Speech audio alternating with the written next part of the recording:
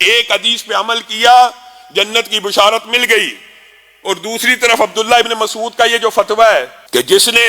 حدیث کے معلوم ہو جانے کے بعد بھی کسی امتی کی رائے کو اپنایا وہ جہنم میں جانے کے لیے کافی ہے۔ یہ کب کہا تھا انہوں نے؟ حضرت ابو موسیٰ اشعری کے پاس ایک شخص آیا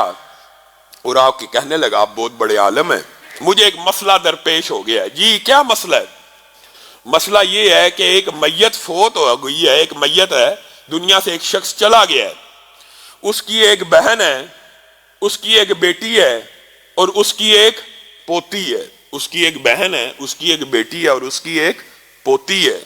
یہ جائیداد کیسے تقسیم ہوگی اس میت کی؟ ابو موسیٰ اشعری سوچنے لگے اور کہا میرے پاس اس مسئلے کا بالکل ہو بہو اس کے مطابق حدیث کا علم موجود نہیں ہے، اور میرے پاس اس کا مکمل نالج موجود نہیں ہے، لیکن میرے پاس رسول اللہ کی ایک حدیث ہے، اور ایک حدیث کا مفہوم موجود ہے، وہ یہ ہے جب قریب والا زندہ ہو تو دور والے کو نہیں ملتا۔ اس سے مراد یہ ہے اگر باپ زندہ ہو تو دادے کو تو نہیں ملے گا، اگر بیٹا زندہ ہو تو پوتے کو تو نہیں ملے گا۔ ابو موسیٰ اشعری ایک حدیث سے اجتہاد کر رہے ہیں، قیاس کر رہے ہیں، لیکن قربان جائیں صحابہ کی عظمت کے اوپر بھی انہوں نے کہا میری نظر میں اس جائیداد کے دو حصے ہوں گے، ایک بیٹی کو مل جائے گا اور ایک بہن کو مل جائے گا، پوتی کو محروم کر دیا جائے گا۔ انہوں نے یہ فتویٰ دیا لیکن ساتھ میں رک گئے اور کہنے لگے میری بات سن، یہ میرے فتوے کو تو نے نہیں ماننا اس وقت تک جب تک تو عبداللہ ابن مسعود کے پاس نہیں جاتا، اس کے پاس وراثت کا بڑا علم ہے، اس سے جب تک فتویٰ نہیں لیتا میری بات کو لاگو نہیں کرنا۔ وہ شخص سیدھا عبداللہ ابن مسعود کے پاس چلا گیا اور عبداللہ ابن مسعود نے اس سے مسئلہ پوچھا تو اس نے ساری بات کو بیان کیا کہ ایک بہن ہے، ایک بیٹی ہے، ایک پوتی ہے، جائیداد تقسیم کیسے ہوگی؟ تو عبداللہ ابن مسعود نے کہا ہاں، رسول اللہ صلی اللہ علیہ وسلم کے دور میں بھی ایک ایسا کیس آیا تھا، رسول اللہ کی بارگاہ میں پیش ہوا تھا، رسول اللہ نے جائیداد کے 6 حصے کیے تھے، 3 حصے بیٹی کو دیے تھے، 2 حصے بہن کو دیے تھے اور 1 حصہ پوتی کو دیا تھا۔ اس شخص نے کہا آپ یہ فتویٰ دیتے ہیں اور ابو موسیٰ اشعری اس سے مختلف فتویٰ دیتے ہیں، انہوں نے مجھے آپ کے پاس بھیجا ہے، اب یہاں پہ عبداللہ ابن مسعود کے الفاظ کے اوپر غور کرنا ہے، یہی ہمارا منہج ہے۔ کیا کہا؟ انہوں نے یہ نہیں کہا کہ میں، بلکہ ان کے الفاظ یہ ہیں اگر میں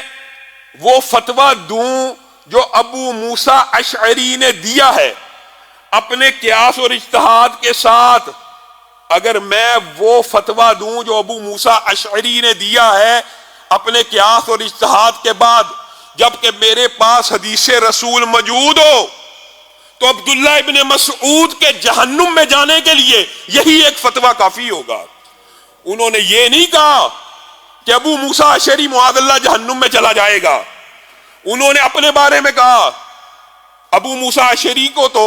قیاس اور اجتہاد اور حدیث کے علم نہ ہونے کی وجہ سے جو انہوں نے فتویٰ دیا وہ ان کی رائے ہے، ان کا قیاس اجتہاد ہے، اگر میں وہ فتویٰ دوں جو ابو موسیٰ اشعری دیتا ہے، میرے پاس تو حدیث رسول موجود ہے، میں اس کے بعد بھی اگر یہ فتویٰ دوں گا تو میرے جہنم میں جانے کے لیے کافی ہے۔ میرے بھائیو یہ ہمارا عقیدہ ہے کہ انسان حدیث رسول کو پڑھ بھی لے، سن بھی لے، پھر بھی کہ نہیں صدیوں سے دادا پردادا یہ کام کرتے آ رہے ہیں، صدیوں سے ہمارے ائمہ نے یہ مسئلہ طے کر دیا ہے، صدیوں سے ہمارے فقہا نے یہ بات کر دی ہے، صدیوں سے ہمارے مولویوں نے یہ بات طے کر دی ہے، صدیوں سے علامہ صاحبان وغیرہ نے یہ بات طے کر دی ہے۔ یہ ٹھوکر ہے، یہ غلطی ہے۔ جس کے پاس حدیث رسول موجود ہو پھر وہ اس کے اوپر عمل نہ کرے،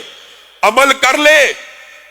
تو جنت کی بشارتیں بھی ہیں، اور عمل نہ کرے تو جہنم کی وعیدیں بھی ہیں۔ اسی لیے حدیث میں آیا ہے ایک وقت آئے گا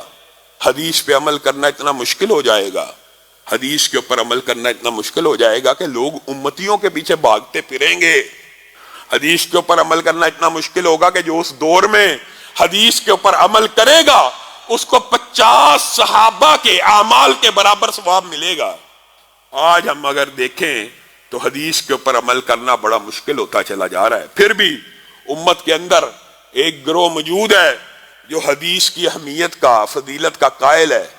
لیکن آپ نے اکثریت مسلمانوں کی دیکھی ہوگی وہ وحی الہی سے دور جاتی جا رہی ہے، اور انکار حدیث کے جتنے فتنے ہیں، الہاد کے جتنے فتنے ہیں، اور ختم نبوت کے منکرین کے جتنے سلسلے ہیں، ان سب کی بنیادی وجہ یہ حدیث کا انکار ہے.